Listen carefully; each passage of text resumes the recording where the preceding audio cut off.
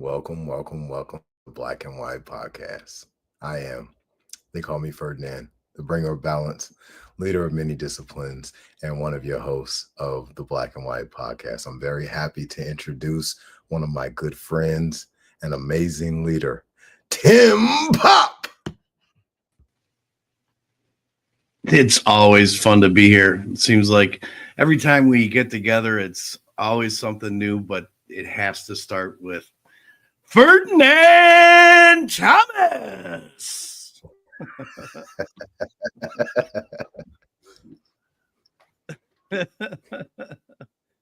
Yeah, there's something about that. It's just motivating, isn't it? Absolutely, man. Hey, so everybody out there, thank y'all for tuning in. It's the Black and White Podcast. It's episode 5. We're talking about money's influence on the world. Listen, I know y'all got something to say about this. Throw it in the comments. We're going to put it up on the screen. Tim, what you got? Oh, well, money, how money shaped the world. And money is what makes the world go round.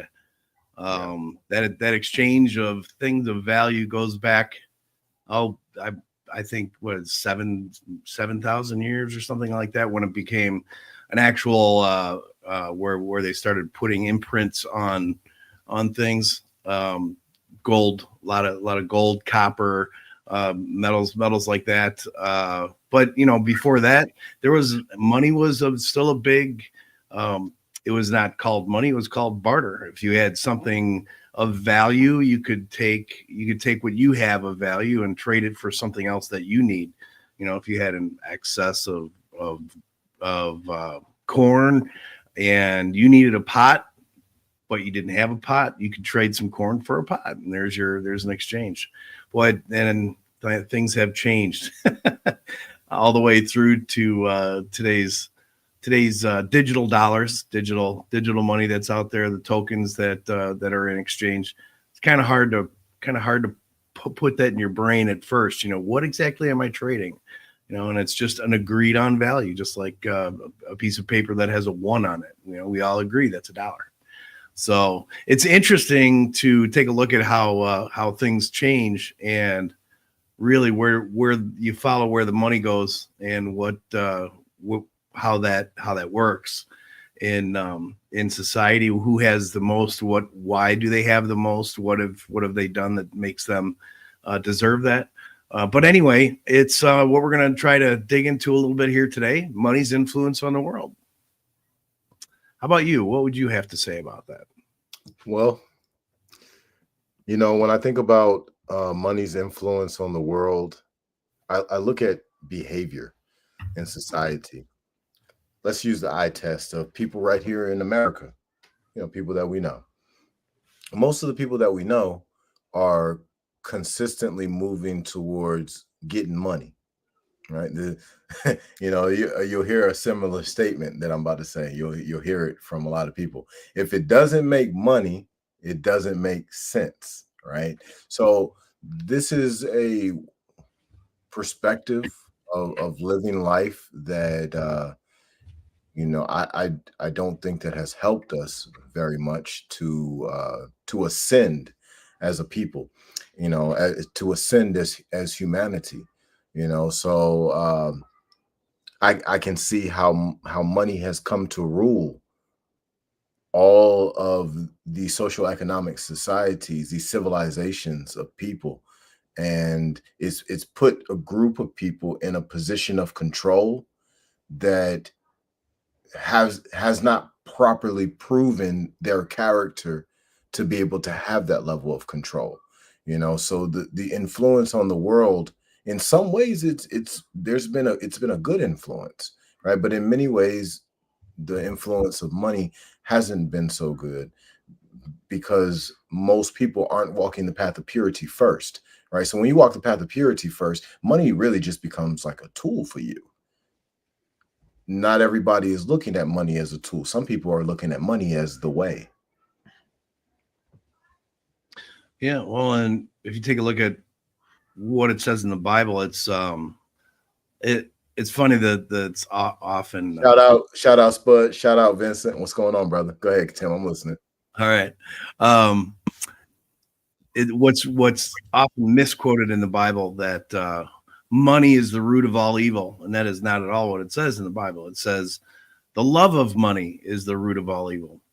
If you take a look at that, the way it was said, the way it was intended at the time, and with our interpretation, is that as long as it's not something that is your prime mover, in other words, there's some things that you just can't be bought for, no matter what the price. There's where if it's the love of money, if you have the love of money, you will tend to do anything for money. That's, we anything for love, anything for money. That means it's you can do some pretty nefarious things, and there's a lot of evil that's done out there, just utilizing just cash. It's something that you see and hear about every day.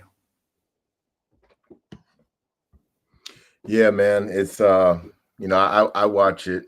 I see what's going on.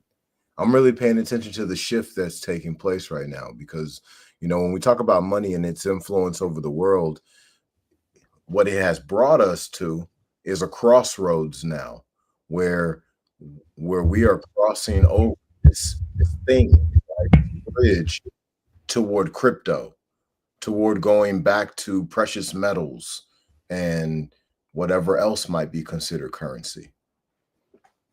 Yeah, and it's kind of strange. You look at a piece of paper and it has a 1 on it, and you go, well, you have to make a decision that that's what it is, and it's the same thing. And it was hard for me to cross over into Bitcoin and the rest of this cryptocurrencies and how it worked and how it's mined, the blockchain, and it's a complicated process to end up with something that you can't touch it. It was hard for me to wrap my mind around it, because it's not tangible. You can't put it in your hand and pass it to somebody. You don't pass somebody $1. You push a few buttons on your phone, or you pull out your crypto key, and you've got your crypto key, you plug it in, you enter in how much your exchange is, and there you go. So where is it? What is it? It's kind of an odd thing, really, coming from the world. As long as I've been in it, which I didn't realize how long it was until just a little while ago. I realized, hey, I am getting older. But everything was all about the exchange of dollars.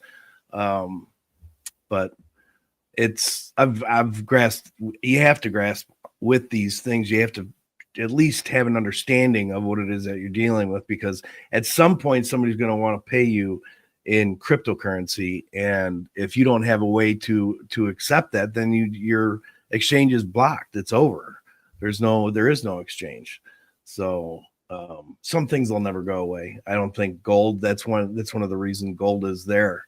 One of the reasons that gold is still it's something that if you've got that stacked up in the corner, it's going to have value. Where you take a look at paper dollars, when you see that where all of a sudden the paper is worthless. It's happened many times, a lot of times over, in warring situations and things like that. But where, you literally, what was that? I'm trying to remember I saw it was a ridiculous stack of bills. And it was like, holy cow, wow, you can buy that's $10. Well, how much is it? It's so many million, whatever it was, rubles. I don't know. Can't remember what it was, but it's kind of to think of it that way and say, there was a time when this would have bought a house. Yeah. And here it is. I'm holding it in my hand and it's worthless. $10 for comedy's value, just to remind people that these things can disappear. Absolutely. So, when I think about, since money's influence on the world, for everybody out there who's listening, hey, thank you very much for tuning in. It's the Black and White Podcast, episode 5, Money's Influence on the World. They call me Ferdinand. I'm here with Tim. Listen, we have an issue when it comes down to money in the world. Money's influence has been controlled by very specific people. You and I, we consistently talk about. but then it helps me to kind of like shift and start looking at the democracies around the world, these debt driven societies, right? People who don't understand money very well, they don't understand currency, they don't understand interest, return on investment, they don't understand assets versus liabilities very well. So what happens is you have a whole lot of people who moonwalk toward uh, being in debt for the rest of their life. You know, Mhm, you mhm. step into life with this belief that you're going to have the dream, whether it be the American dream or the Pakistani dream or the Italian dream or whatever dream it is. Yeah, Because you didn't understand legalese enough, you didn't mhm. understand money and how it moves properly. Now what you've done is you've set yourself up for failure, right? So we've got a lot of this going on throughout the world as a result of certain people having control of the currencies of the world and consistently focusing on having such a amount of interest coming in from that money that everybody else is suffering as a result. Yeah, well, and suffering, well, it's also part of the control factor of it is, take a look at your accounts and do a profit and loss statement. Do a statement that shows what your assets are versus your liabilities, and that is how you control people. You have them come in and they borrow whether it's for a house or whether it's unsecured debt, worst kind, obviously, credit card debt. The interest rate will absolutely strap you to the table. I mean, I'm not. I've seen things come through in the mail and it's you look at the fine print, it comes up, it's showing 27.99% interest, 33% interest. You put $1,000 on that, and I mean it gets the, if you don't automatically pay it off, that can grow to $10,000 pretty quickly. And obviously you don't want to be under that kind of control, and they can come after you for a lot of things for that and take everything away from you. And that's something that people need to be really careful about, and not just fall into the trap of, oh, here, I got another card, look at this, it's free transfer. Well, I'll just transfer over that terrible debt onto this, and then I'll pay it off, before the interest periods, the free interest is over. Well, then they don't do it. What's next? Now you've got two credit cards, and that it's a trap. It's a trap people fall into very easily. Absolutely, man. I kind of going back to these Zionists, and looking at what has happened in the world. I feel comfortable saying that where we made a big mistake at as humanity was putting faces on currency, right? We created idols in our own image, in our own way. And in my opinion, this is part of what got the money situation or the currency situations throughout the world out of control. It's one thing to walk around with some silver in your pocket. You got gold bars, you got silver bars, and it has nothing written on it. It's just something that's weighed, right? But now once it has a face on it, once it has very specific words on it, now you've done something different to that currency. So like in today's world, very few hands control the currency, right? So the people who control who those hands get to be, in my personal opinion, it would be the people who were part of that Jekyll Island meeting and their descendants, their children, their grandchildren. Those would be the heirs of these banks throughout the world. These who are the people who are controlling these financial systems, and the ones who are controlling these financial systems, they're controlling everything. They're controlling all of the industry, they're controlling all of the academics, they're controlling all of the religion, they're controlling everything in these civilized societies. Yeah, well, I think that's it's probably one of the original motivations for crypto was to take the money out of the central system like that, take it out of the central bank and put the control and the ability to use it. It's all kept within that unregulated world. there's some dangers with that. I mean, at least I would think there's some dangers in that. I'm talking about um, beyond the what is it, the meme coins, the meme coins that are out there. I mean, they can go from worth almost nothing to times 25,000 more than what you put into it, but it crashes just as quickly. So that's that unregulated world where there's not like a long-term assigned value that's established, but it does give people the ability to exchange money without having it go through a federal system or through any kind of a banking type of system. So of course that's why you're seeing governments all over the place getting into it. And I mean, you got to know Trump is heavy into it. I actually bought a little bit of his meme coin just for the fun of it, is to put it on the screen. And Melania has it too. She has a coin also. So let's, it's just that those are you trade those coins for fun. It's like you don't want to put a whole lot of money, but every once in a while you have this crazy game, and it's just put your mind into it where this kind of thing can go. Sure. I mean, it's where Bitcoin is fairly now, because of the size of it, has become more stable. Yeah. But you're talking about right now where it could go to 150,000. That's only half again. That's a times 0.5. So that's compared to when it was $1 or when it was pennies. Yeah. It was less than $1 and you saw it go up to $20. I mean, that's mind-blowing change. Well, you're not going to see that kind of change anymore because of the size that it's gotten to.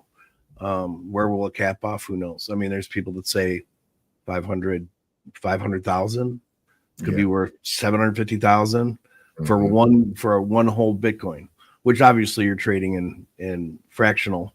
It's fractional trading when you're using it now. But now it's not so bad to have a crypto wallet that you have purchasable amount for whatever it is that you want to buy, you have enough Bitcoin in there so you can have that exchange with somebody in an unregulated market. Well, it's not, the risk isn't as bad as it was originally, or like the small coins that you see now, the meme coins out there. You could take $1,000, it could be worth $100,000 tomorrow. But then again, if you miss the thing, no, it's back down to where it was when you bought it, or that's if you're lucky. It's but the higher end of it, there's the US dollar stable coin. Dollar is worth $1, and that I'm not sure how that works. I haven't really looked at it that closely, but it's more a means of how to transfer from paper money into crypto. So if you have it as a parking spot, your dollar's still going to be worth $1 in a week from now when you actually make this other purchase. But how is that going to change the world? How is that going to shape the world when all of these cryptocurrencies, they come out and that's how people are doing their primary exchanges if it gets to that point? I mean, there's a lot of money changing hands on that format right now. Yeah, facts, 100%. It's hard to say on how that's going to influence the world because of the things that are about to take place. There's a lot of change that's about to happen, and I will go as far to say that much of the change that's going to happen is going to be outside of what the plan is.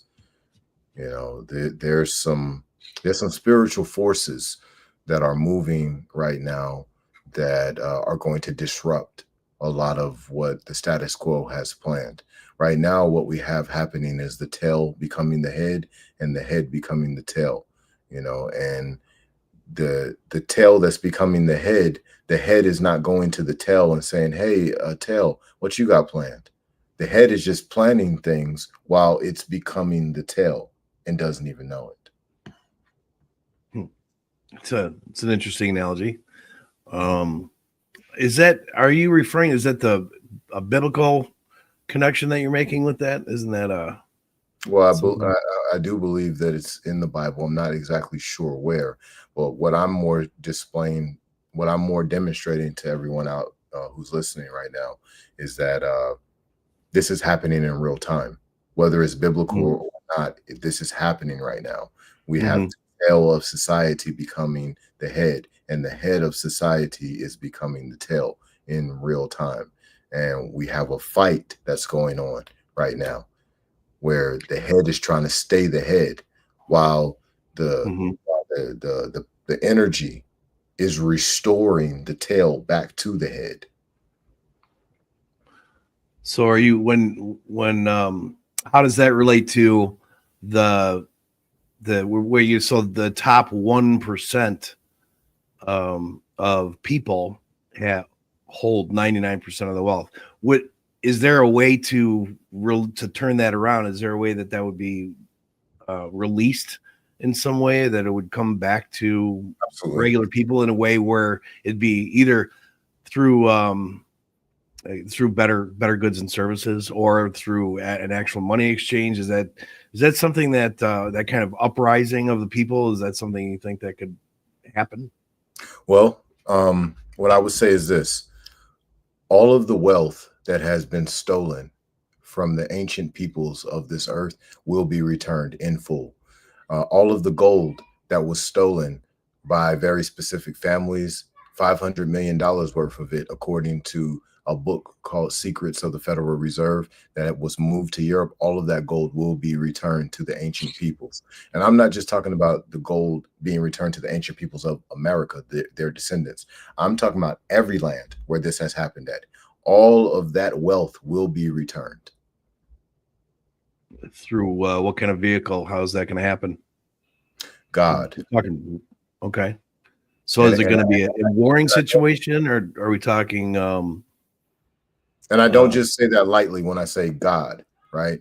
I'm speaking very specifically about the cycles of time and how time works, right? We have cycles that we're going through, and the cycles that we're going through right now are restoring the tail as the head and the head as the tail. In that space, as a group of people, as beings are restored back to the head, they will wield the wealth. hmm. Yeah, and I just, I'm trying to plug into different areas, well, the Bible being one of them, with what happens in end times. I mean, is it end times, or is it just another, is it the beginning of another cycle? I mean, it can We're in, be we're in an interpreted end both time right ways. now. Well, we're not in an end time as far as like the earth ending. We're in an end time based upon control, based upon a group of people having control. Their reign of their control has come to an end, right? So we're at the end of a way of life, not necessarily at the end of the earth's life. Hmm. Mhm. Is that would that be related to the matriarchal and patriarchal elements? Absolutely. Yep, that's exactly what it's related to. And it's all, and we also can use the Bible to explain this. But yes, it's directly related to matriarchal and patriarchal time frames. It's also directly related to great months or ages, right? We're in the age of truth and transparency. We're in the age of the emotional thinker. We're in the age of the humanitarian. We're in the age of air, which would be symbolic of technological advancements, symbolic of high level thinking, high intellect, right? This is the age that we're in right now. We're in an age of knowing. Hmm. Yeah.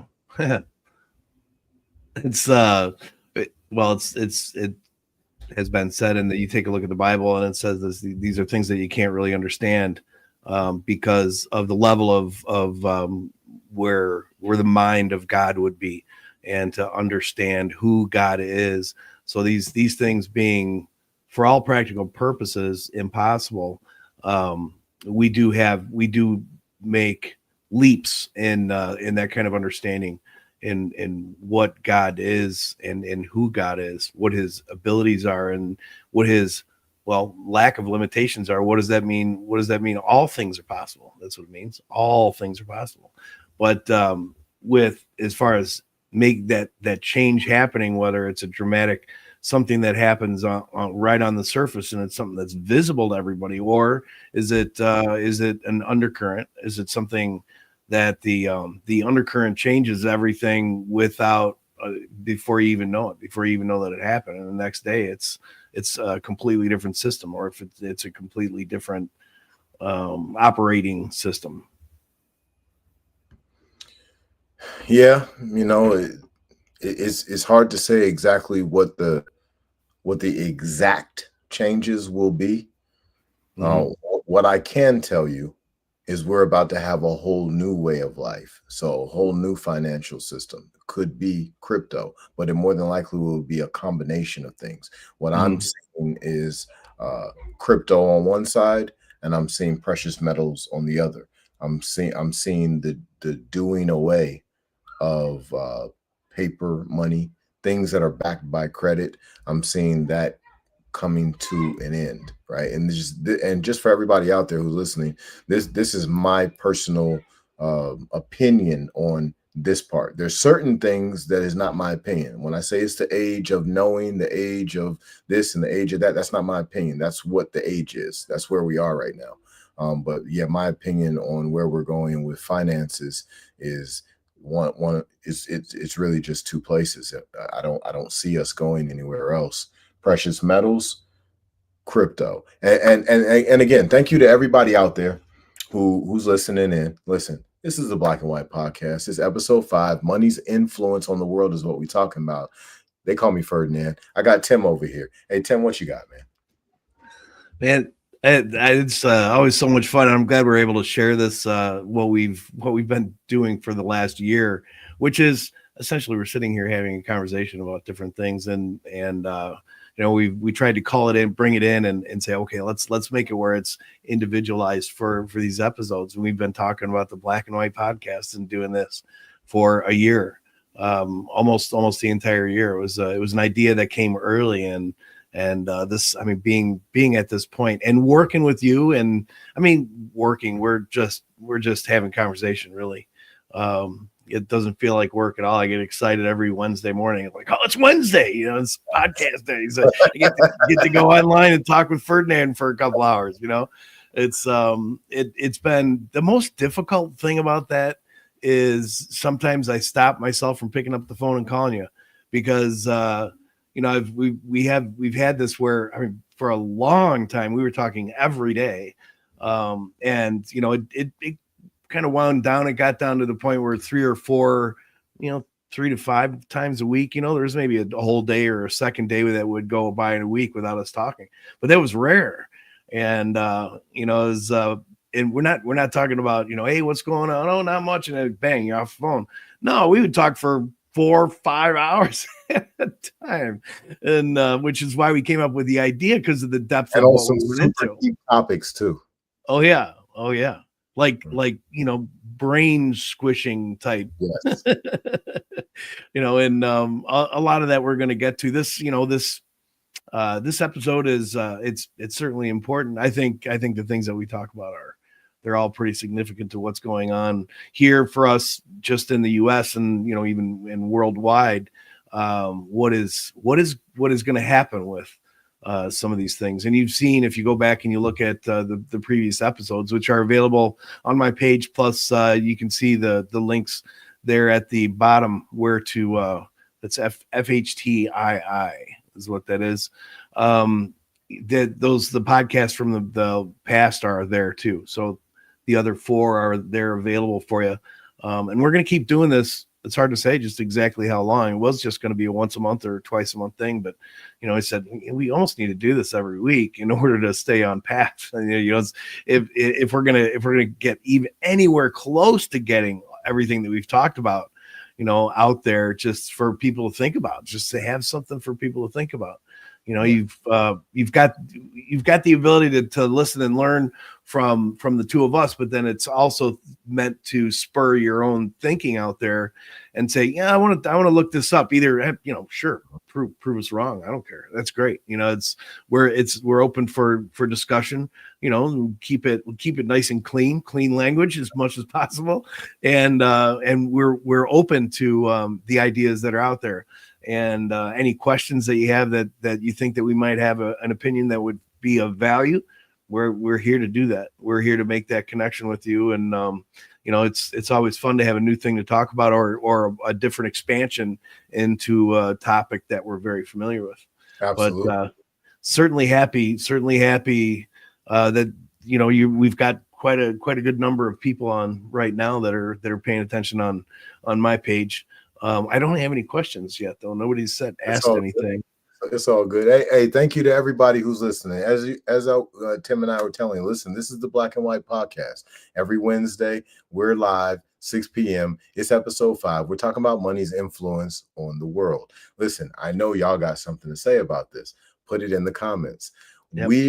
Let's go ahead and pivot, and let's go to that executive office.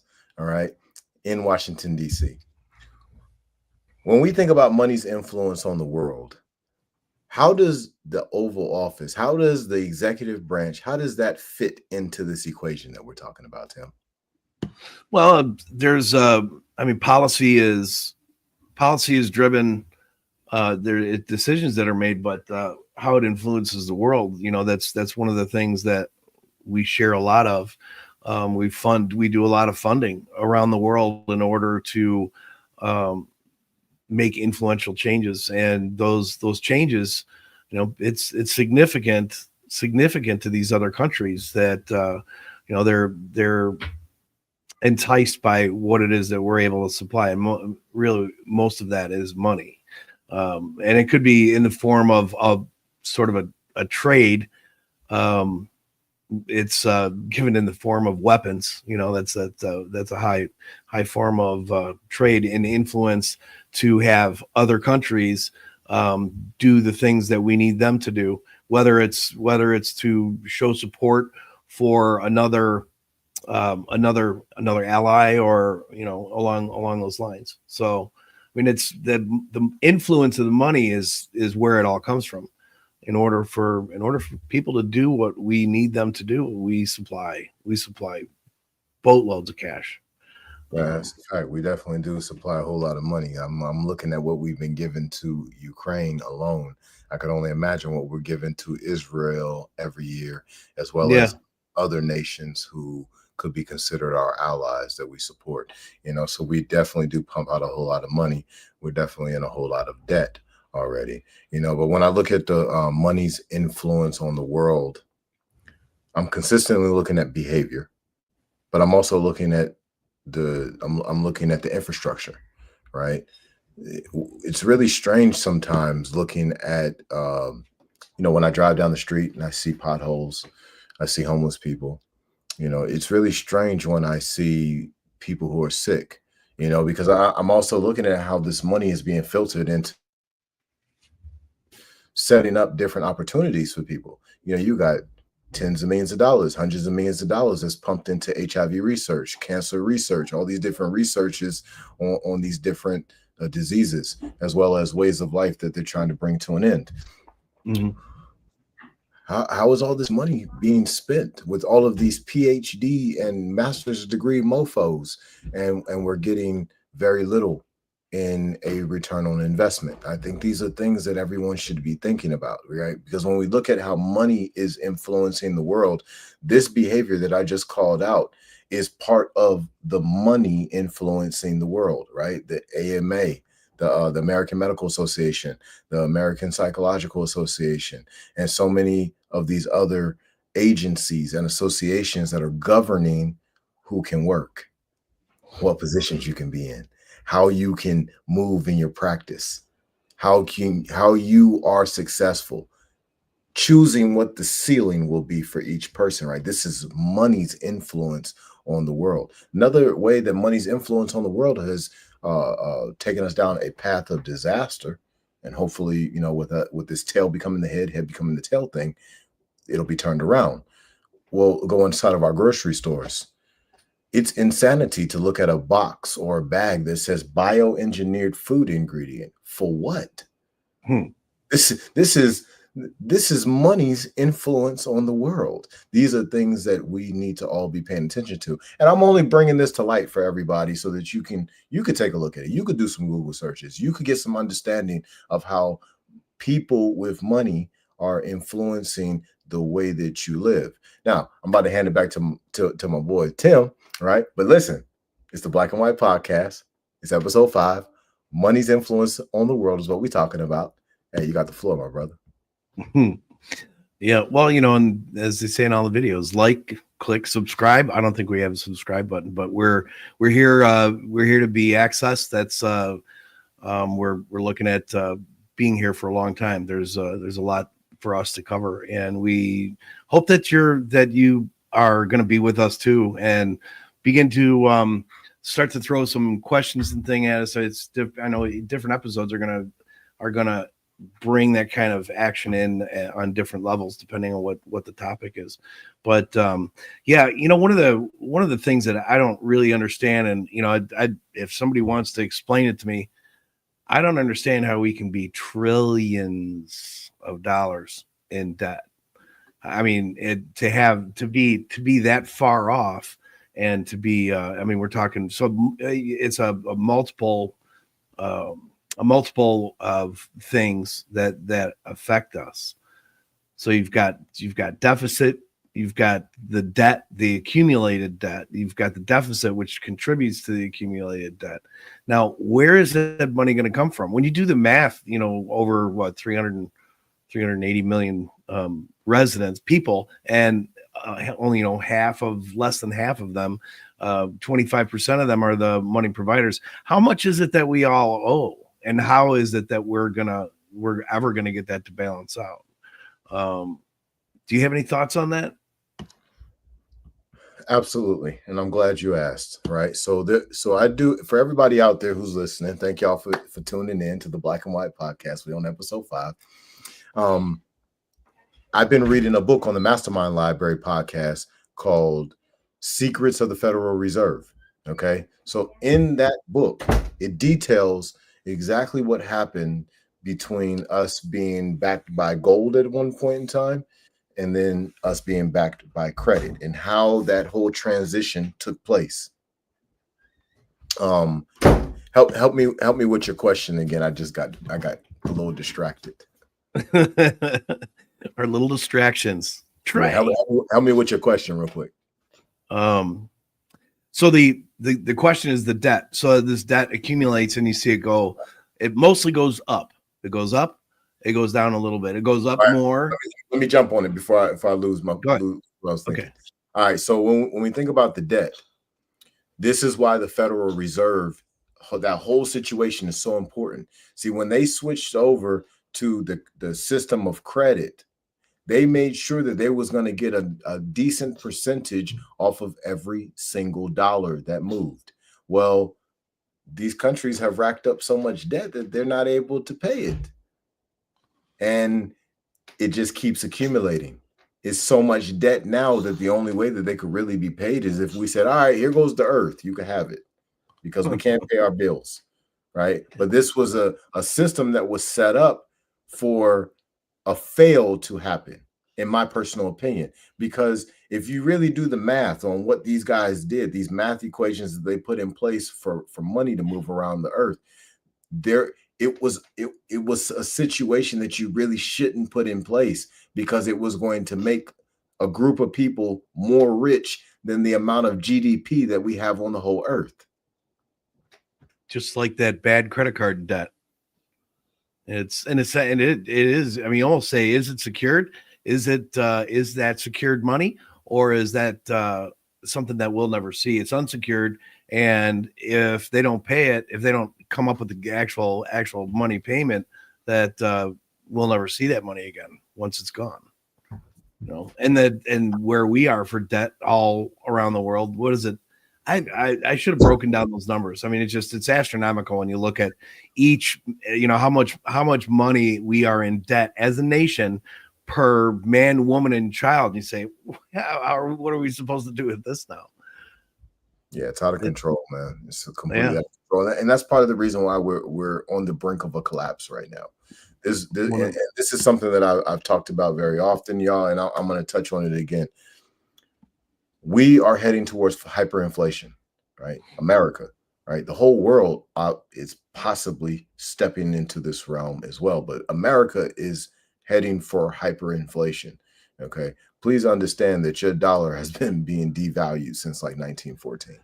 Okay, and I got proof of that. Like I said, I do a podcast called the Mastermind Library Podcast. I'm reading a book called The Ageless Woman right now, but the book I read on the Mastermind Library Podcast prior to The Ageless Woman is Secrets of the Federal Reserve. All of this information is detailed in that book. The book is in the Mastermind Library. Anybody who wants the book, look down in the description. There's the link to the Mastermind Library. Download whatever books you want out of there. But please understand that we had some people who took advantage of the whole world in the early 1900s because of them getting control in this country, getting all the gold from here, then taking it back to Europe. They have taken everything into a position where things are out of balance. Now let's go back to Tim's question. How do we have this massive debt?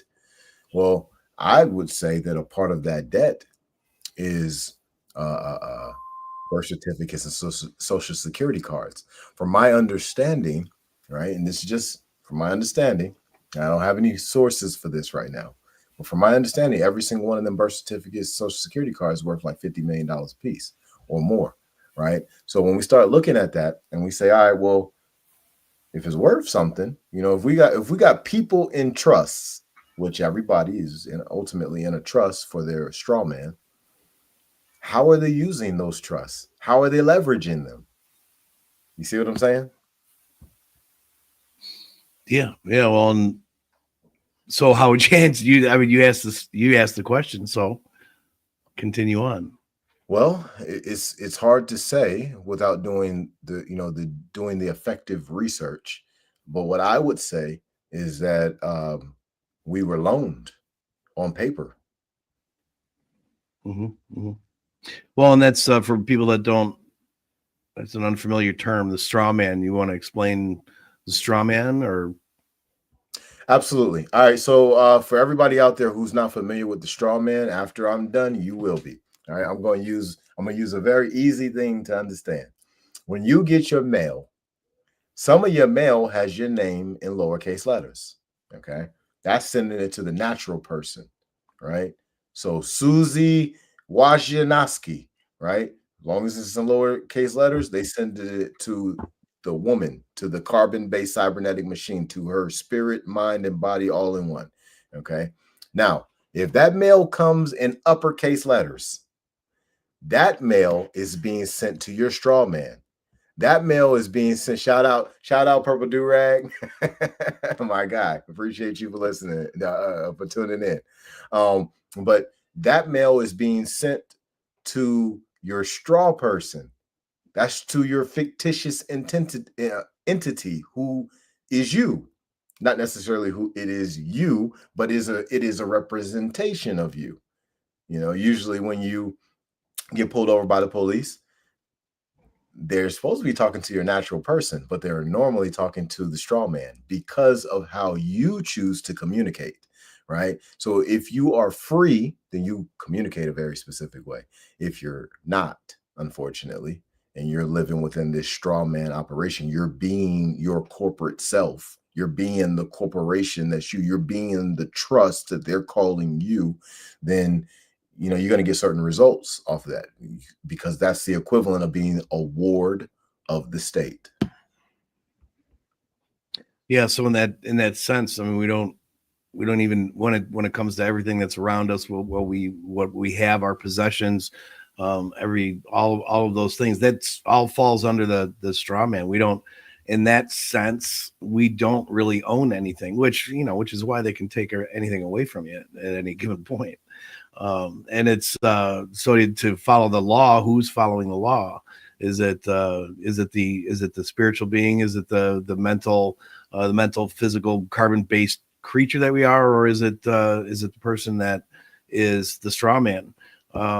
When you go in and you sign the papers on bank documents, who are you signing as? Are you signing as straw man, or is it the human? Well, let's go. Let's rewind for a second, right? One of the things you said is it law, right? Well, that's a great question. What's law? Law of suggestion, law of sacrifice, law of reciprocity, law of the lid, law of non-compulsion. These are laws of the universe. I think what we might be talking about is legalese, and the bulk of people don't, that not necessarily our listeners. I know our listeners and Tim super lots of wisdom, but those who we haven't been able to reach yet, they may not understand the difference between law and legalese. And that can be very confusing because legalese is arguably the hardest language on planet Earth to understand. Mhm, Might mhm. be harder than Mandarin and Mhm. and Russian and English. I've heard English is the hardest lesson to learn, which is very interesting that it becomes our first language that we learned.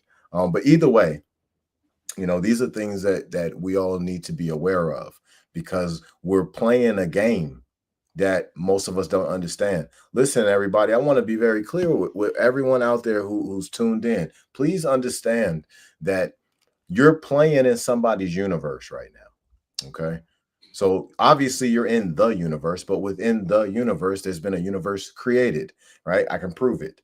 After you graduate high school, they try to get you to go to universities, right? They try to get you to go to these universities so that you can become a respected member of their Good. makeshift universe that they created, right? So you can get a higher level position within the universe that they created, right? But if you understand the difference between the natural you, your proper person, and you understand your straw person, well, now you have manifested a certain amount of power to be able to reshape your destiny, to move forward as who you are versus who they're telling you that you are. Yeah, pretty profound stuff. You start taking it apart like that, and I never, I don't know why I've never thought about that with the university. It's you get into you join the university. It's a brand new universe. It's and in a lot of ways it makes sense too that we are entering a whole new world in that case where it is something that's you're thrust into, maybe because your parents saved money for you to go to college and you're going to college and that's the way it's going to be, or you did it because there's something that motivates you and what you want to be able to bring to the world, or you just want to make money and do it the best way possible, and you have to get the degree in order to get the job to make the money, and still you're falling in line into the system in that case, and that's exactly what's happening is you're kind of being reprogrammed to be that part of what is in this universe. I'm so glad that you brought that up too, Tim, because programming is exactly where I was about to go. I really want to make this known to everyone out there that Western psychological conditioning, the propaganda machine on this television, this thing right here, all of these different devices are leading you somewhere. They're Mhm. using programming to do this. They're using conditioning to do this. They're using hypnotic process to achieve this, right? So what is it? A monopoly. That's what it is. It's not a monopoly, it's monopoly, right? So how do we win the game of monopoly? I'll tell you right now how you do it, because it's being played on your back. Understand that you're not actually shaking any dice and throwing any, you're not doing none of this. You're not picking up a chance card. None of this is happening. You're not moving on the board. The game is being played on your back, right? So this is how you win. You stand up. Stand up. Game's Um, over when you that stand up. is You that's won. what and that's so much of really the end zone. That's where we want to be. That's where we want to get to. That's what we're talking about here, Yes. is for people to stand up. One of the things about that is unity, that we do it in unity. If we all stand up at the same time, we're an absolute immovable force. Absolutely. There's nothing that can stop us. So if we can get ourselves on the same page, which is why the big they try to continue on with division, and anything that can be made to keep us apart from one another, from coming of the same mind and having an understanding of each other, anything that they can do to provide that division, just keep us looking the other way. That's why you don't see what's going on in the background. It's because we're distracted by sometimes a whole bunch of silliness. I mean, the differences between Republicans and Democrats, I mean, we're really the same people, and we're being screwed by the same people. So if we realize that, we come together and we stand up all at once and we say, we're doing this, we're in this together, it's going to change everything. And that goes the same with every other division, and when we're talking about the difference between melanated people and Caucasians, the fight that they have put us in against one another, man, there's no benefits to us to be butting heads. It doesn't make any sense to be doing that. And if we manage to put ourselves together, and all of those all of those distractions, all of those things that they lay on top of us in order to keep us distracted, we're looking over here, we're looking at this distraction, and some people are getting upset about it. No, this is wrong. And that, like, wait a minute, these are things that are going to play out no matter what it is. And it's okay to have a little bit of a different idea of how something should be put together. Ultimately, there's things that you have to end up with as an agreement, and come to an agreement between minds.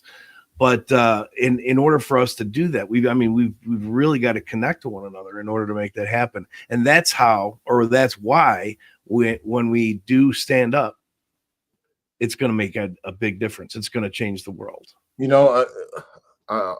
I'm always thankful for the wisdom that you bring, and everybody out there. Thank y'all for tuning in. Thank y'all for the comments. Thank y'all for all the engagement. This is the Black and White Podcast. This is episode 5. We're talking about money's influence on the world. They call me Ferdinand. Tim's here with me.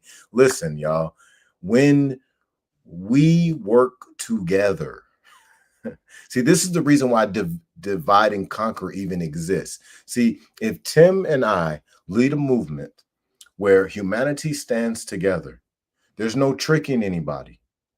Because, see, for us to stand together, that takes love, compassion, empathy. That takes maturity, accountability, responsibility, humility, sacrifice.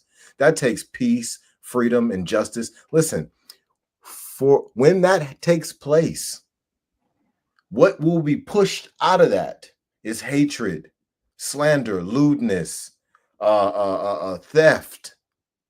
What will be pushed out of that is fear, guilt, doubt, and disbelief. Mm-hmm. Well, if you don't have those at a high clip within your movement, there's no paralyzation. There's no slowing down the movement. The movement moves at a very fast pace, exactly where the spirit wants it to go, right? And if we're walking by spirit and not by sight, then what's going to happen is everlasting life more abundantly. Or what's going to happen is we're going to fulfill our dreams. Or what's going to happen is great health. Or what's going to happen is massive wealth accumulation, acquisition. All of these things take place when we're operating in love and compassion, authenticity, these virtues, these principles, these morals, ethics, and universal laws. Living in honor of them puts us in a position to manifest our destiny and not to be tricked, right? This puts us in a position to play our note that we're supposed to play during our lifetime for the universe. It's one sound, universe, one verse, one sound, one song. So if we're all playing our note, if I'm making sure my string gets plucked at the exact time that it's supposed to, and Tim does it too, and Becky does it too, and Ray does it too, and Daquan does it too, and William does it too, oh, something special happens. A different level of power is manifested that couldn't be explained. Yeah, synergy between people like that is that's where what we need to see through. We need to see that come to fruition. The synthesis, the connecting of all of these sounds and putting them all on the same track in a way that is harmonizing, that they're working together. You don't have to think the same way. You don't have to have all the same ideas. You have to have a lot of the same ideals, but you're talking about something that is the righteousness of man. And so I have to feel like I have to say this every single time, I have the opportunity to, but it doesn't make a difference who it is that you worship. We're talking about, if there's a righteousness in it, it's really all the same. I'm not going to try to change you from your belief in Buddha, or to change your religion into from yours into mine. Even though the gods may appear different, it's all the same.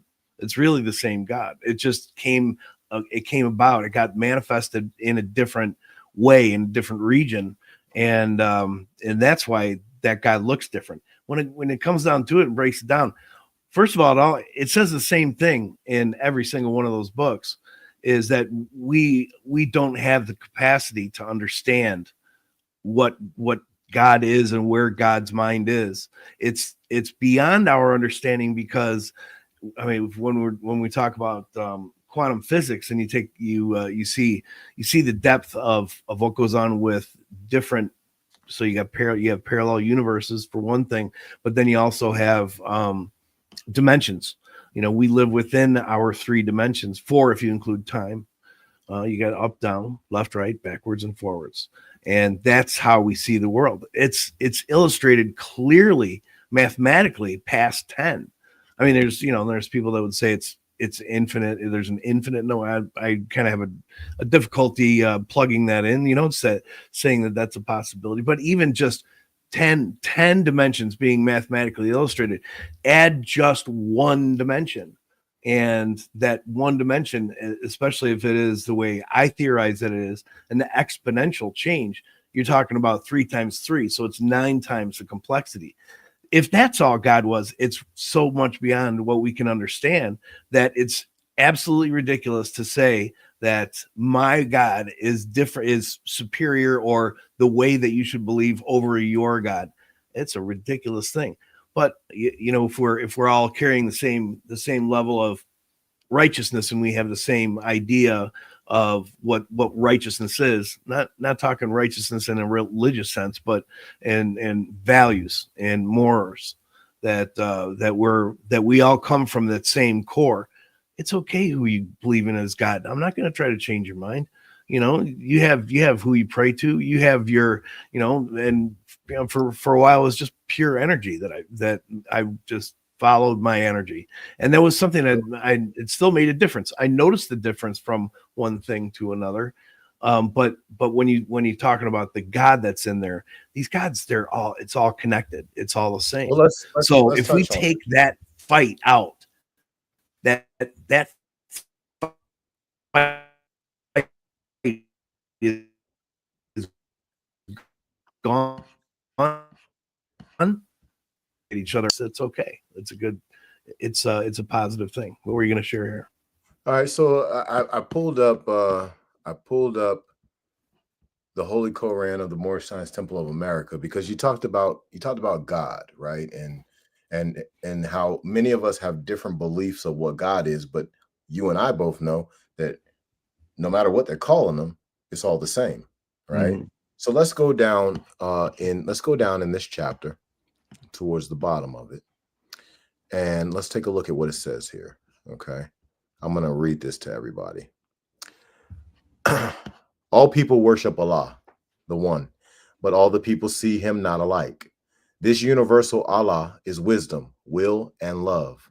All men see not the triune Allah.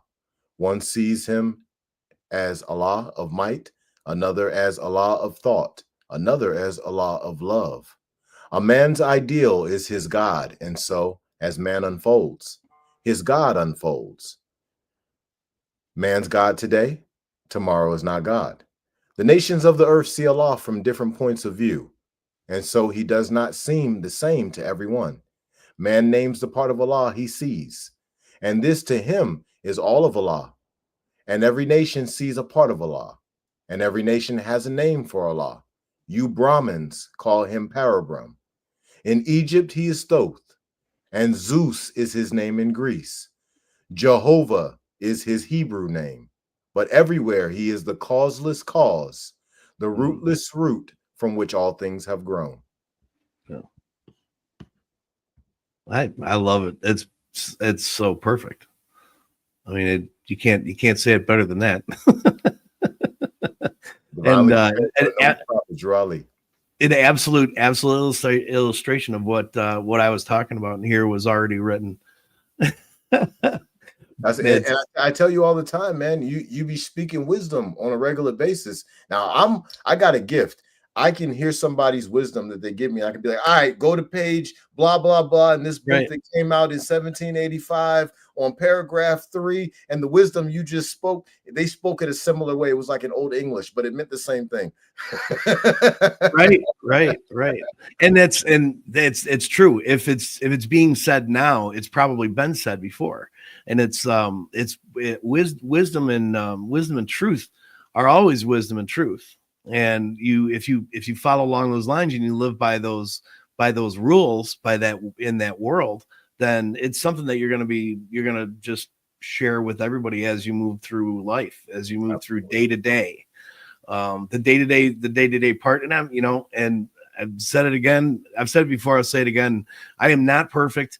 I'm a sinful being. I've got imperfections, and I know that there are times that my action actually was wrong, and that it's something that I owe an apology for, possibly even an explanation for.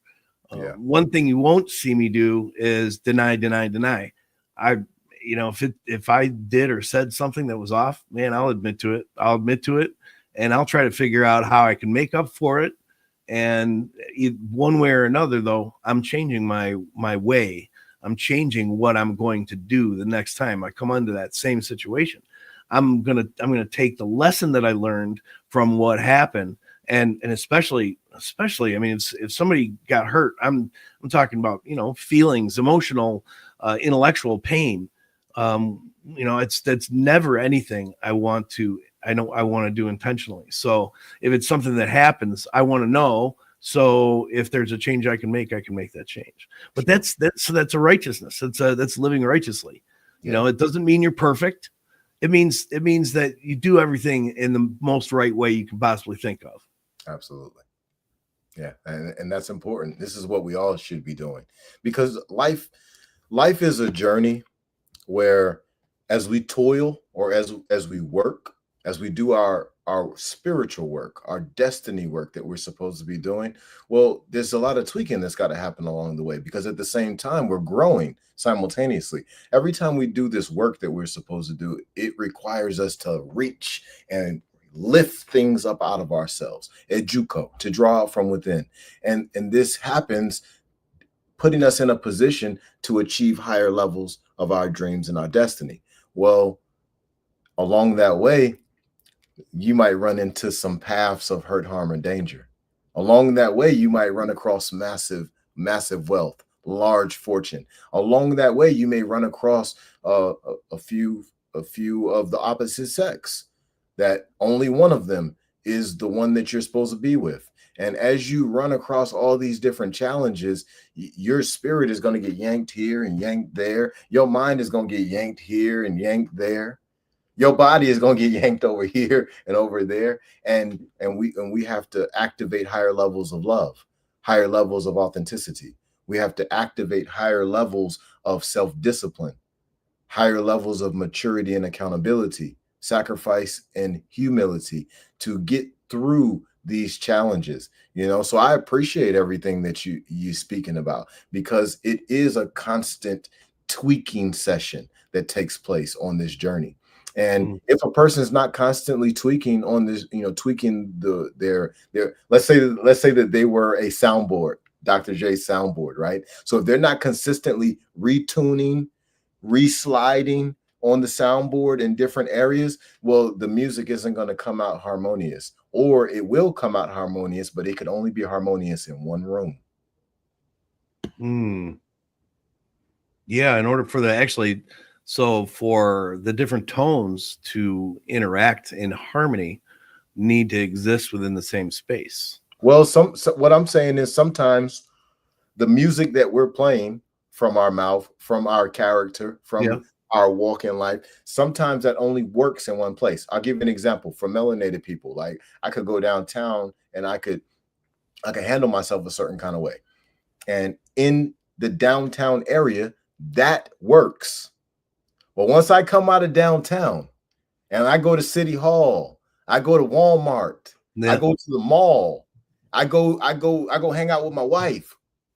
Well, that what was being done down there doesn't work. Now what we got to do is put out a new sheet of music. We got to put out a new harmony, right? And many of us have to do this multiple times throughout every single day. We're not able to do in one room what we're able to do in the next. So it's consistent amounts of tweaking and tuning on that soundboard to put out harmony in each room because different rooms require different notes. Absolutely. Absolutely. Yeah.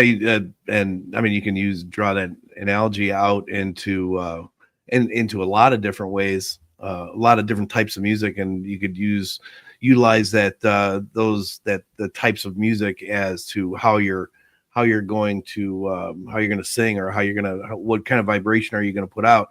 It's going to have to be within the room, within what the room has, for an existing rhythm, for an not only the beat, but also the tonality and the changes. Where what you're talking about is wearing different hats. It's a similar thing, where you're wearing different hat based on what room you're in. It's the same analogy as being in synchrony with the sounds that are around you.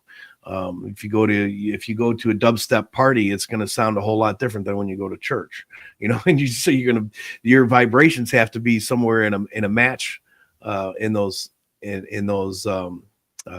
areas. So yeah, it's a fun way to look at it. Absolutely. I think that anytime that we're touching on different topics, we definitely need to come from multiple different angles because that's what gives us the ability to have the full picture. See, when we come to conversations, and this is for everybody out here in the audience, when we come to conversations and we only touch them from one angle, that's an illusion. And that's going to present a delusion to the people. However, what we can do is we can always use a full circle approach. We can touch academics, we can touch religion, we can touch industry, we can touch politics, we can touch all these different angles of life. That puts us in a position now where we have something closer to a full picture. We don't have to have a lot of attribution. All we got to do is have a conversation about the behavior that's happening in these different spaces of life. And then we start to put together an understanding of why that behavior would happen that way, because we understand human behavior enough to know what is leveraged on a regular basis, what is needed on a daily basis, what is wanted by people, right? So if a lot of people want power and they want money, well, they're going to have certain behavior as a result of them going after that power and money. If you got a group of people who they want love, compassion, and empathy, they're going to have very specific behavior for that type of manifestation. So these are things that we've always got to touch a full circle picture, a holistic view, to get an understanding of what is taking place. Tim and I, we do this often on the phone, and I'm very thankful to have a good friend like Tim. And as I've told y'all before on the podcast, I've been able to infiltrate his family. Tim is I got a chance to talk to his wife. I got a chance to talk to his sister. I call his mom, right? So I would say get you a friend like that. Make sure you have somebody that you can be your complete self with. You can be authentic with this person, and that person can be authentic with you. So now y'all can truly grow together versus y'all trying to grow together, but then maybe you guys have a bunch of things that you haven't worked through in your own character, in your own regressed trauma, and then now y'all are just stuck. Y'all are friends, but y'all are stuck. Tim and I are growing together on a consistent basis. I'm very thankful to learn from Tim every day whenever I'm able to get on the phone with him. This brother's been married for 34 years. Listen, I hold that in high reverence. I will speak about that all the time. Ms. Lane, just know I'm over here talking good about you and your husband. Yeah. Well, she really appreciates you too, and she knows that I need an outlet like this on a regular basis, and to connect with you, and your appreciation of me and what I bring to the table. I know it's and for some people it's a little obscure, but you've got to have somebody that can not only think along the same lines and be able to look back at and understand the experiences that were had, and so many things that we've done the same in life. And you say, well, how's that possible?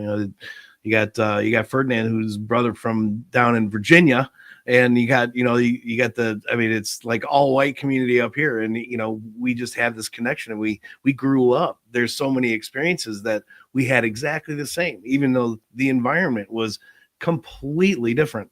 That's where you take a look at the relationship that we have, which is just outstanding. I mean, I'm so thankful every single day for it. But to have that kind of relationship and be able to dig deep with each other's minds, it gives me an outlet and something where I'm not always bending Laney's ear. My wife, my wife of 34 years, 37 years together, but somehow we still manage to keep the communication. It's always lively, but she's glad when I turn that type of thought process into somebody else, and Ferdinand is right there. And also the other thing is about somebody like, for me, somebody like Ferdinand he's studied so many books that tie a lot of these thoughts and these ideas together. Just like you saw, here I'm talking about something he pulls. I don't, was that the Quran you pulled that from? But I mean, Yeah, just out of the Holy Koran of the Moorish Science Temple of America. see, you got to say the whole thing. Absolutely. But so here I'm having this thing that I know is not an original thought, but it's something that I've learned and pieced together through the matrix of my mind, and have been able to put it into a comprehensive philosophy. And it's something where all these pieces, they come together from all these different areas, and they come out as this one unified thought.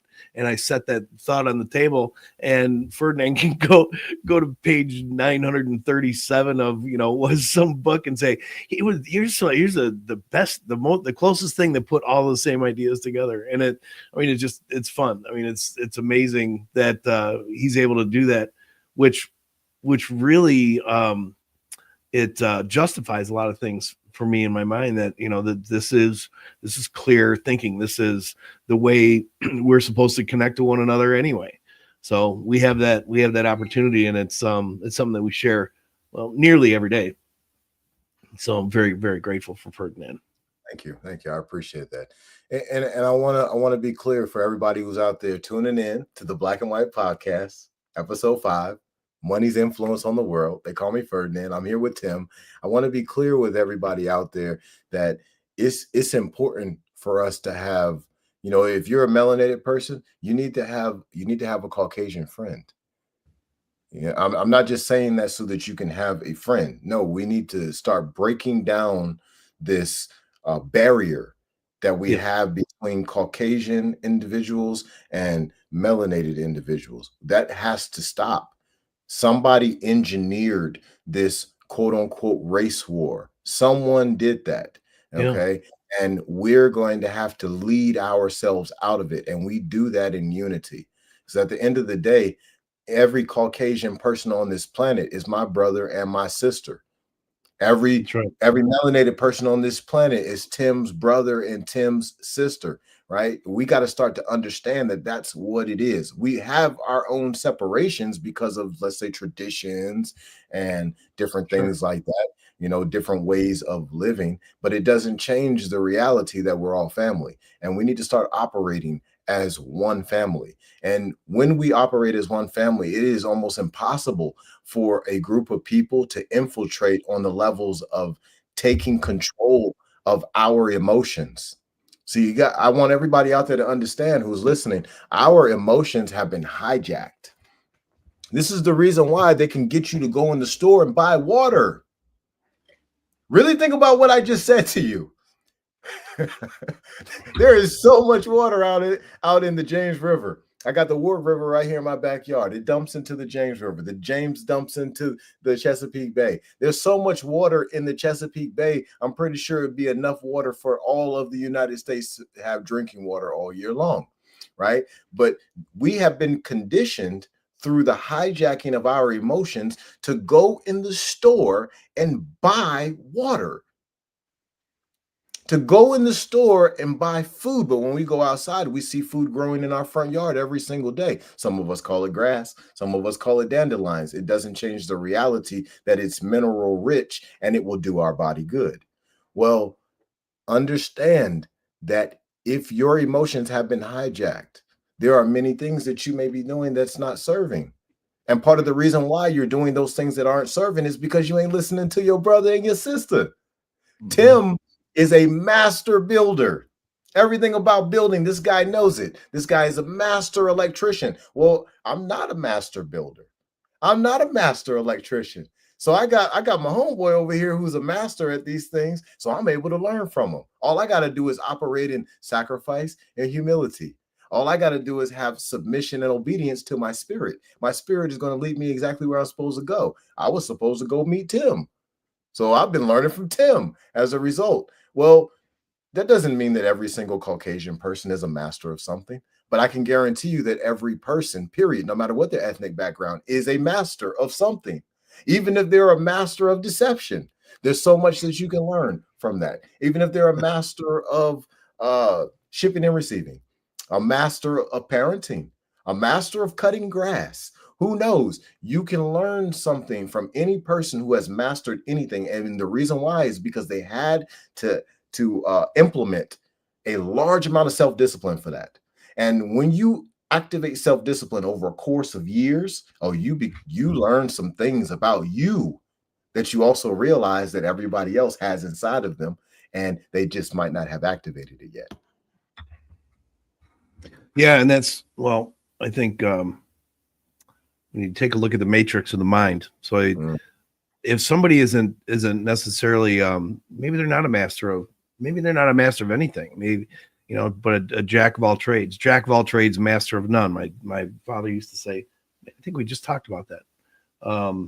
But if you've got something in your mind and you connect it into something else, and you've got a third thing that comes together, and those three pieces that weren't presented together all of a sudden become one idea, that has value. And that value is something that you can always draw out from somebody else. You can always find that kind of, just that connective intelligence where it got there because of the individual pieces, but it's not the individual pieces that make it mastery. It's the connecting them together and having it be a brand new idea. Now you've got a complication of things that begins to escalate, and it's something that you can draw and learn from anybody. And you can people that don't even know that they've got this in their own selves. They don't even know it for themselves. It's something that you might be able to draw out from them because of your perspective. Your perspective is that different. Your paradigm of life and living is that different, that you can have a conversation about the same topic and look at it from two completely different ways. And those two ways, they can complement each other, or you can figure out why there was conflict within it.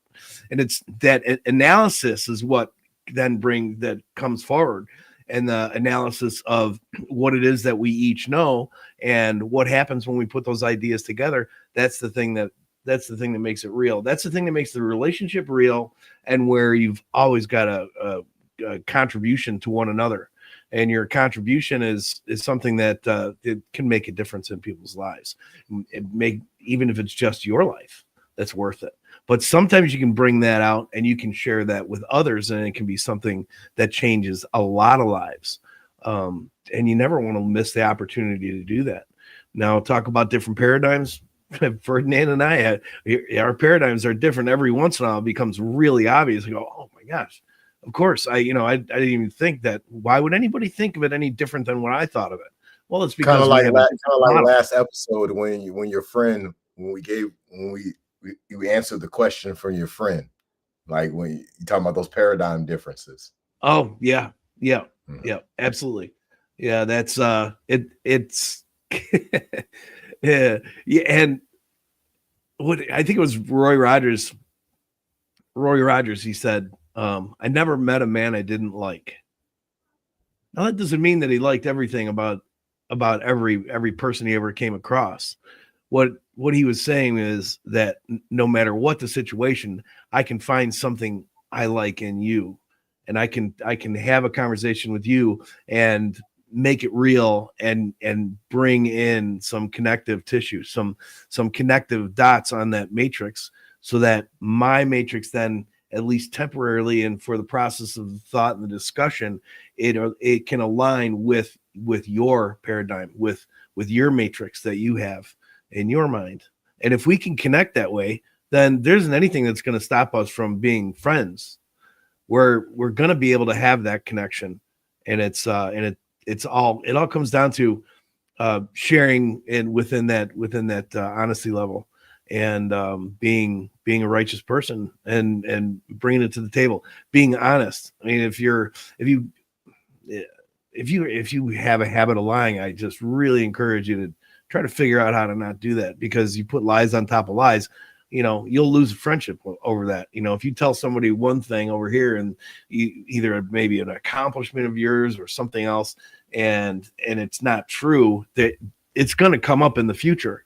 So the best thing to do is be honest. I mean, even if you're just, I'm just an honest idiot, and I am an idiot on some topics because I don't know everything about everything, so maybe we can learn together, and we can put those ideas together, and be geniuses together. That's actually goes along with the mastermind principle.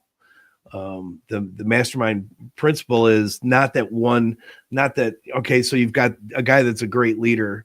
He doesn't know how to do absolutely everything, but he knows how to connect with those around him who individually have skills that are necessary to create that thought process, and that the mastermind is able to put it all together and have it act as one, and be one solution, be one, come up with one positive solution and say, this is how we're going to do this. And Absolutely. everybody contributed, everybody put into that. The mastermind principle is that it's the ability to solve problems with that are I mean seemingly impossible problems. If you have the right mastermind group, you can come up with something to repair, to fix, to plan for just about anything.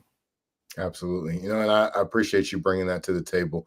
The reason why I put this up on the screen for everybody who's listening in to the Black and White Podcast, episode 5, Money's Influence on the World, is because Tim was talking about uh, a person having a poor habit that they need to change. He referenced lying, right? So lying is definitely one of them. This is something that we can all grow from. And how we achieve that is by changing perspective on regress trauma. So keep in mind that lying, in my personal opinion, will be a fear response. So when we're looking at a fear response, that's coming from somewhere, that's coming from a belief of self that's tied to regress trauma, right? So there's some shadow work that these individuals would need to do. It doesn't make you, anybody out there who is lying on a consistent basis, it doesn't make you any better or worse than anybody else. However, what we need to understand is there may be some harm, there may be some damage that's created by this lack of truth that is flowing from you, right? And if you do desire to be better, here goes the solution right here. And I'm not telling you that this is Ferdinand's solution. I'm telling you that this is the solution. This is the best solution. There isn't a solution that is better. If you could come up with one, hey, put it in the comments and I'll put it up on the screen.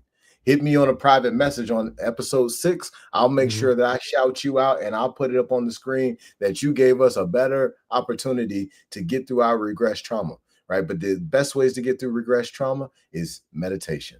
Is to sit down in nature, be quiet, don't bring no distractions, don't bring no people with you. Just be out there and face you. And as you face those regress traumas, those perspectives of belief of self, and you raise that vibration, that is where healing is. And what you will notice is the line will be very similar to a scab that wouldn't heal. And as you grow in this space where you face yourself in the mind, and you overcome those battles of whatever what you were thinking about, you change perspective of belief of self. The lying will fall off, like literally like dead skin. It won't even be something people have to keep telling you, hey, you should stop lying. No, you'll just stop, because you'll have created a certain level of value of the truth in your mind. Yeah, absolutely. I like that. Can you pull that back up again? Absolutely. Just kind of want to point out a couple things. If you're sick, if you've got issues with health, I got to tell you this from personal experience, and then did some studying. Ferdinand helped me learn a lot more depth of knowledge of this. But the fasting, learn about fasting. If you haven't done it yet, if you haven't learned about fasting and how to do it properly, I mean, you can do a 24-hour either intermittent fasting, which is between meals, essentially eating your meals, whatever you're going to eat within a 6-hour window on the rest of the 24 hours. You don't eat anything. All you do is drink water. Intermittent fasting, very, very good, very important. But there's levels that go up, and we touched on this last week. If Ferdinand, do you have that handy, that the document from last week, the one that shows the different what happens with fasting? You've got 36 hours, so 24, 36, 72 hours.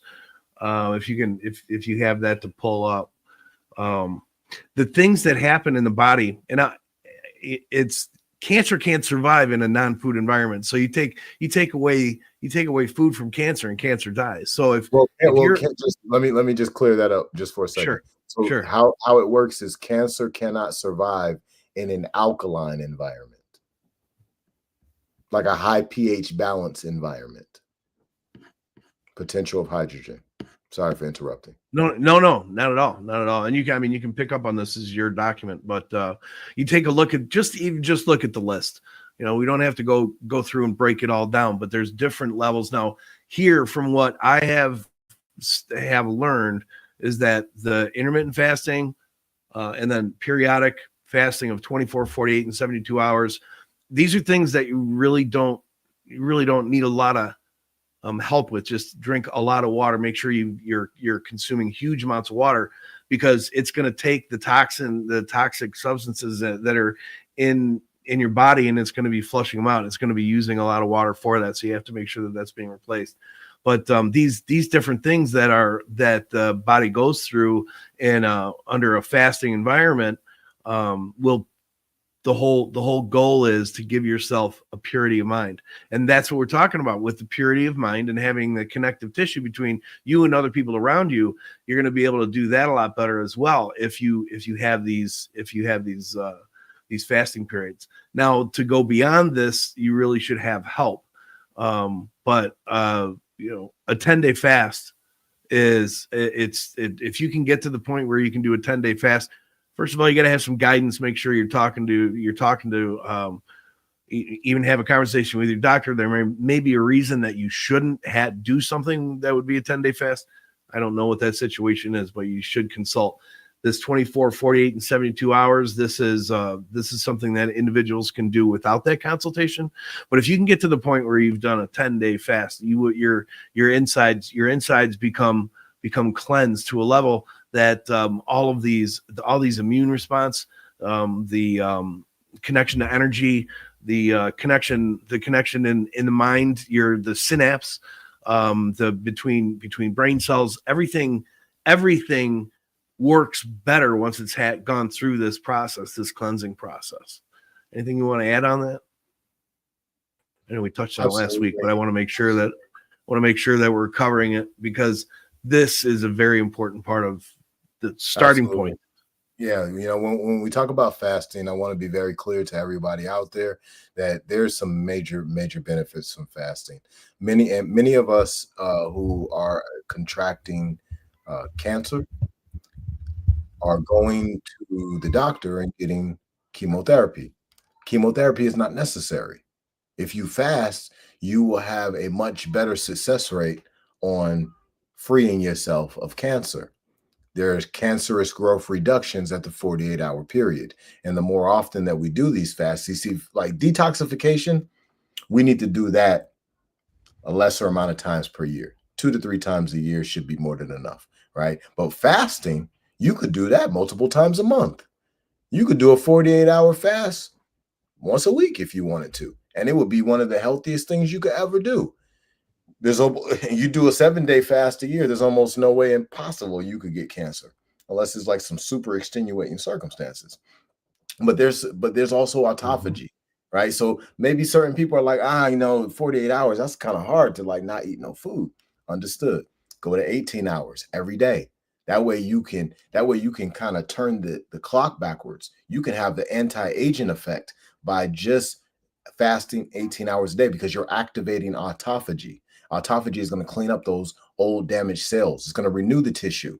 It's going to clean up it's going to boost the immune system's abilities, right? And that boosting of the immune system abilities is going to keep going, as we move forward in the fast. And I know that this is not necessarily money's influence on the world.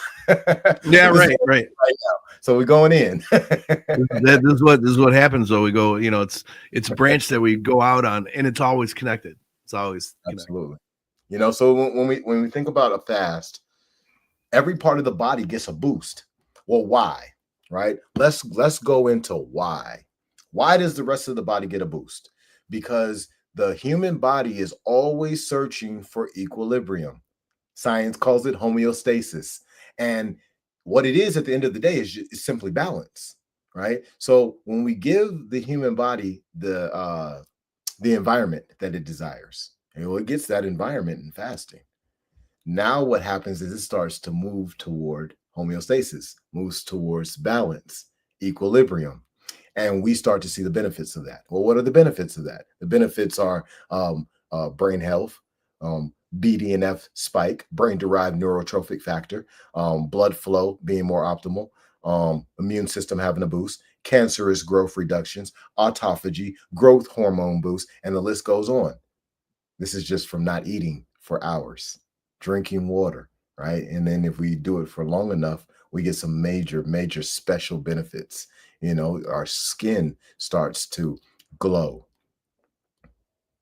Skin starts to glow. Energy through the roof. Libido?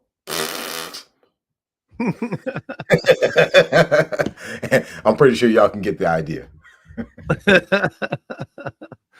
Yeah, well, and that cleansing. I mean, it's a giant sweeping machine that gets rid of old dead cells and the parts of them that these things, they sit around too long in the body and they become they become a toxin. They become something that gums up the works, gums up the system. And if you can get that cleansed, if you can get that swept out on a regular basis, it's going to completely change the way everything operates, the way every organ operates. And so you've got liver cells that are doing what they're supposed to be doing because they're not busy with with all this mess that's in there. That is the benefit of fasting. It actually goes through that cleansing process better than anything else. Better than take your lemon juice and water and honey and all these things. It's not that these things are necessarily bad for you, but they're not as effective as the simplest answer is that fasting. Now that would bring us back to having our minds be able to be clear enough to be able to see what the right decisions are to make with things like within our own money, bring it around.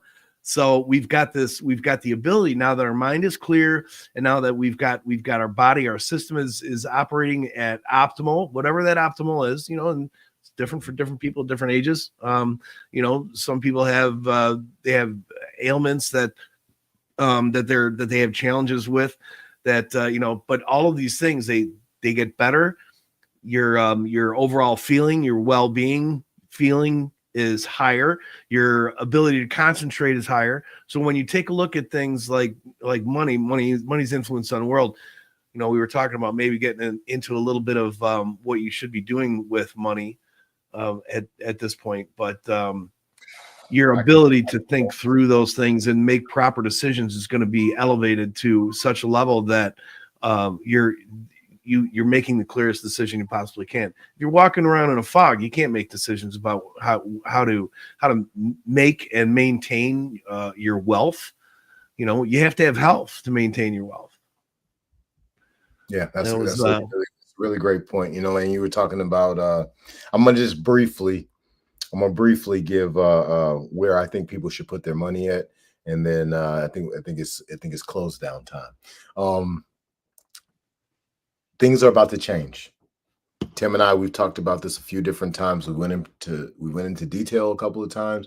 Things are about to change majorly, right? The financial system of the world is about to completely collapse. Completely collapse. All right. So with knowing that, and I'm pretty sure if you do your research, you'll see the exact same thing that I'm saying right now. So if you subscribe to what I'm saying, if you already know what I'm saying, or if you're going to look into what I'm saying, I would say that everybody's got about a good year and a half maximum before hyperinflation kicks in and your dollar isn't worth a damn thing. So what I recommend for people is keep enough money to keep your bills paid, to sustain your lifestyle. But whatever extra monies that you got, I would go ahead and start moving that into gold. I would go ahead and start moving that into crypto now, because see, gold, it goes up in value during wartime. We're on the brink of war right now. War is on the horizon. It'll be here in no time. Now, will we see it in 2025? More than likely not. Will we see it in 2026? I feel comfortable guaranteeing you that we will see it in 2026, on the second half of 2026, somewhere between July and December. By 2027, sorry, it's going to be very bad. 2027, 2028, 2029, 2030, possibly 2031 as well. It's going to be very, very bad. The whole system of the world that we know, that's ran by the Vatican, ran by Israel, Great Britain, and the United States of America, it is over. The show is over. So if the dollar isn't going to be worth anything anymore, you probably want to get up off of it as soon as you can. Yeah, and that's for those who don't know, that it's a very well-known long-term hedge is gold. I mean, gold is not something that necessarily you don't go into it and become wealthy off of it, but it is a place to lock down what you have. If right now, I'd be surprised if we don't see $6,000 gold within a relatively short period of time. So it'll look like, oh, well, that was a great investment. Well, that wasn't the intent. It wasn't intended to be an investment. It's an intent to make sure that I still have it after all these consolidating. If you're following my thinking on that, the consolidating elements that are out there, that's gonna change in the world as far as politics is concerned. Politics, money. When you're talking about money, the where the wealth is parked, where it's sitting and where it's going, the market right now, it shouldn't be where it is. It has done nothing but trade at higher numbers than what it should trade. So, you know, we're going to see. So we see a stock market drop here sometime in the near future. It's not Biden's fault. It's not Trump's fault. You know, it's an overzealous investment group of people that continue to invest when it's beyond the value point that it should be. So yeah, I'm saying it's overvalued, and one way or another, it's going to correct. And idealistically, it would just sit flat and not grow, not change, not go up in value. But what's going to happen during that same period of time is the value of gold is going to increase. I don't see any reason why it wouldn't go to 6,000 in a relatively short period of time. It has paused. They were talking about gold. Oh yeah, gold. Gold's going to be there and it's going to do that starting now. I was being told that by advisors back in 3-4 years ago. And I said, slow accumulation, and accumulated silver, accumulated gold. This is, it's a smart thing to do, to be able to make sure that you have the ability to exchange for goods. Because if a dollar is in hyperinflation, $100 bill becomes worth $1 in a hyperinflation situation. So if you can imagine that, go to the bank, take your money out of the bank, and you go, well, I just took out the $1,000. Well, you go out, you'll spend that on one meal. I mean, it seems crazy, but that's what happens. Well, gold it's not going to have that kind of a collapse. It's got the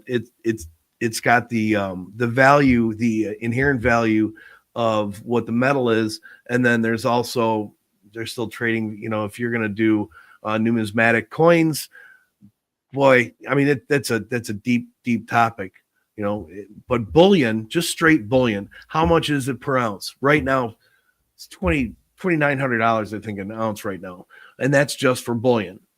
So you add in numismatic value, is where you have a coin that is or let's say it was rarity. It was minted in rarity, so there's only 500 of them, and there's only 100 of them that made it through the process to be put in a plastic box, and you have a value that's beyond. It's a numismatic value, so it's a collector's value, if you will.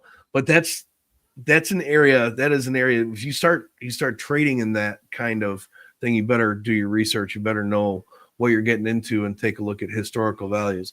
In the meantime, the bullion thing is an excellent place to store park money, where you'll be able to go out and buy eggs. You'll be able to take small amounts of metal and trade it for something else that you need, whether it's something to cook something in, or if it's eggs. If you're working with a local farmer, you have something to exchange with. We all live on these postage stamp pieces of ground, which are great for real high nutrition type vegetables to grow your own garden. You don't need a gigantic space to do that, but for some things that you do, it is, and that's how you do that, is trade for those.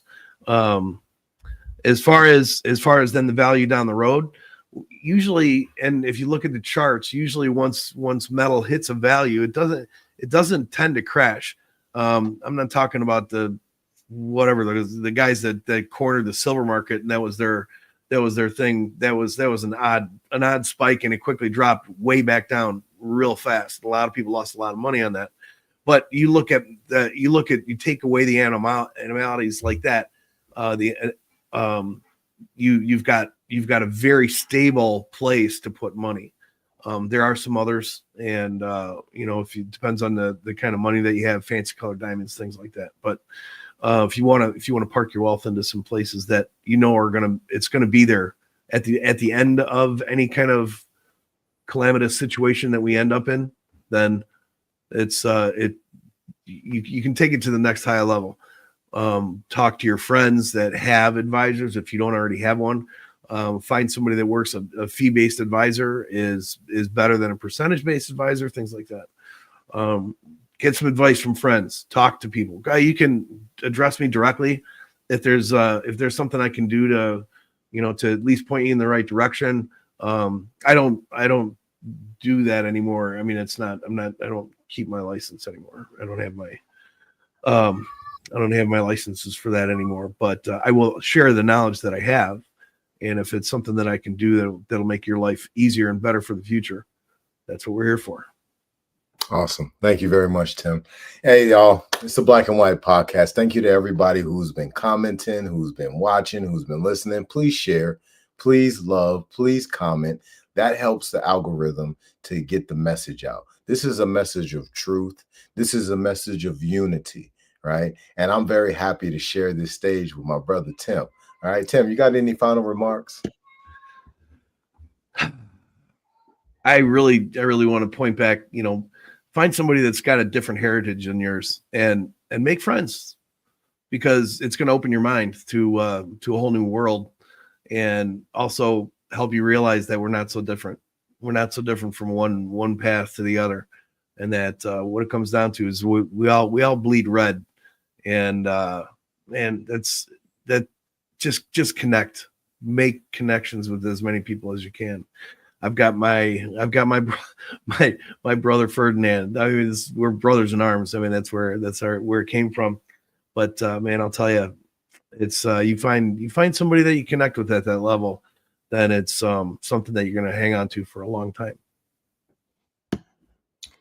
I really appreciate that, Tim, and I agree with you. You do got to hold on to those that you run into these days. I mean, it's already challenging to communicate, to have a nice conversation with someone these days.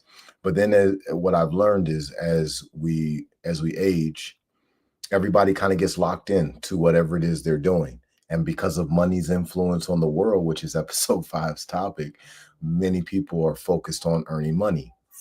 And it's understandable. They got bills to pay. They gotta feed their children. They gotta do this and they gotta do that. I get it. But the more we go after money, the less time that we have for learning, the less time that we have for conversation, the less time that we have for truly being authentic. So this relationship between Tim and I has allowed the both of us to give our authenticity in a safe space, right? Provide that safe space for somebody else. And meditate on them providing that safe space for you, because this is what's going to build unity. We've got to be able to communicate across barriers of time. We've got to be able to communicate across barriers of ethnicity. We've got to be able to communicate across barriers of wealth. We've got to be able to communicate across all these different barriers to be able to have unity, right? And unity is important so that we're not being manipulated by those who have found ways to hijack our emotions. Listen, this is the Black and White podcast, episode 5, Money's Influence on the World. They call me Ferdinand. We got Tim over here. Y'all be blessed and expose your gift.